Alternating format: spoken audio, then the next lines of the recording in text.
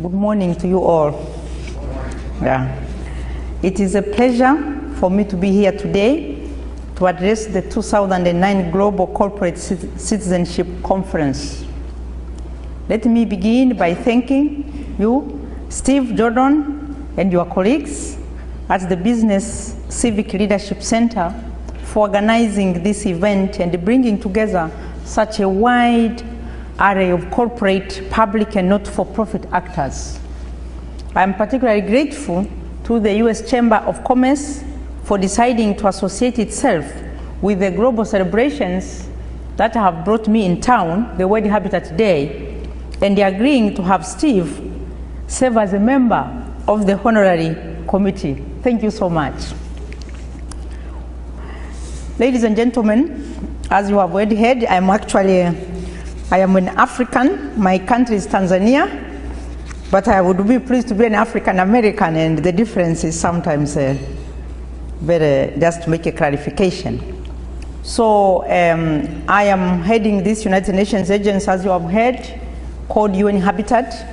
It is a UN entity that deals with housing and urban development.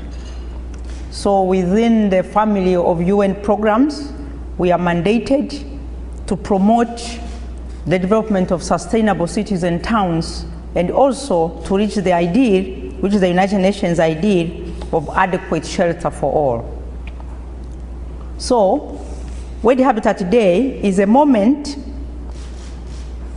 at which we touch on two issues: urbanization and public-private partnerships. Ladies and gentlemen, we are at a delicate moment in world history.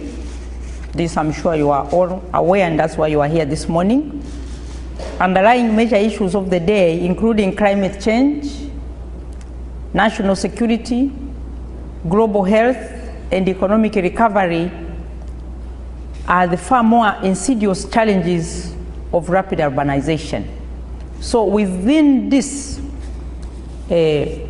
array of challenges, much talked about, particularly climate change, the challenge of rapid chaotic urbanization is not always well understood.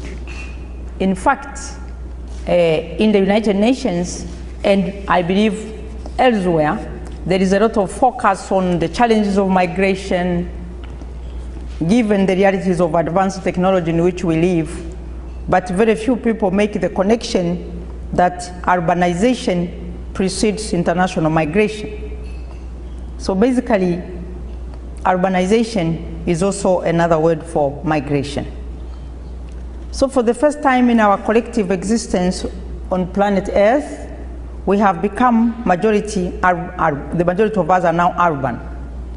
Roughly, as I speak now, 51% of humanity is already living in cities and towns.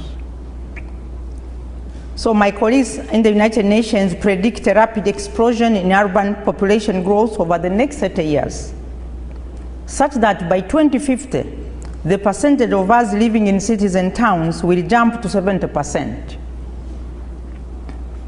Since many nations of North America, of Europe, and Latin America are already urbanized, over 75% of you guys are already in cities and towns, most of this growth is taking place in the developing countries, in Africa, in Asia, and actually Latin America, over the last 30 years, has all for practical purposes also urbanized. So urbanization has and can be a cause for celebration. Think of the result of the concentration of capital, of innovation and cultural exchange that makes cities what they are today. Engines of national economic growth, centers of excellence in business, arts and sciences, places of tolerance, culture, politics, you name it. All these things happen in the urban space. I noted that the White House is just opposite to the American Chamber of Commerce. So all these things take place in the city. Urbanization can also be, however, a cause where people are ill-prepared to manage rapid urban population growth and fail to harness the capital and talent. So there is the other side of urbanization.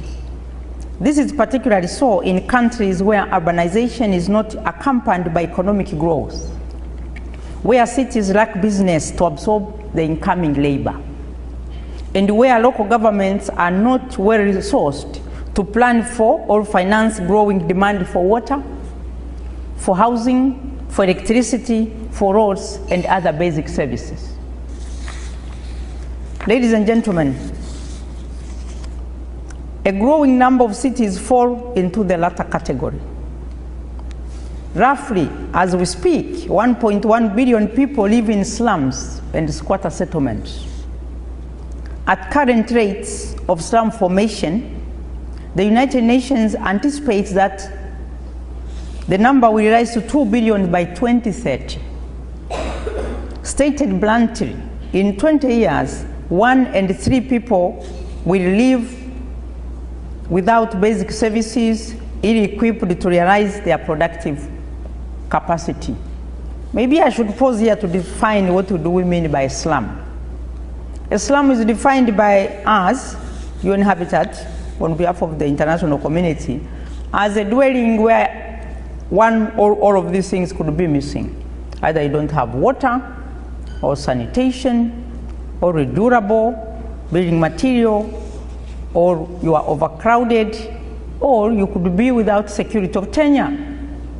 It means security of tenure can of course be defined, you could be evicted anytime, including, I think as speaking to the American audience as I'm doing, the inability to service your rent. If you are not going to pay your rent, definitely, or to pay your mortgage, there can be foreclosure, so you could lose your security of tenure. So we consider people who are dealing under shelter uncertainty or deprivation as living in what we call slum conditions. We conducted a survey in 2003, a global survey, which showed that in Africa, this was the deepest deprivation in terms of shelter. 72% of the African urban residents are classified as living under slums and squatter settlements.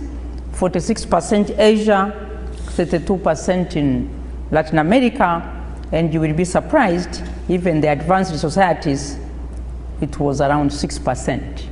So it is a problem. Urban blight, poverty, exclusion is a global phenomenon. It is not only restricted to the developing countries. So ladies and gentlemen, were it not for my exposure traveling to cities in Africa, Asia, Latin America, Europe, and the United States, I would end this keynote address here on a sober note. Urbanization is a train wreck. There is nothing that can be done. It's all too complicated. It's not our problem. End of the story. But fortunately, that is not going to be my story this morning. It is much, much more optimistic.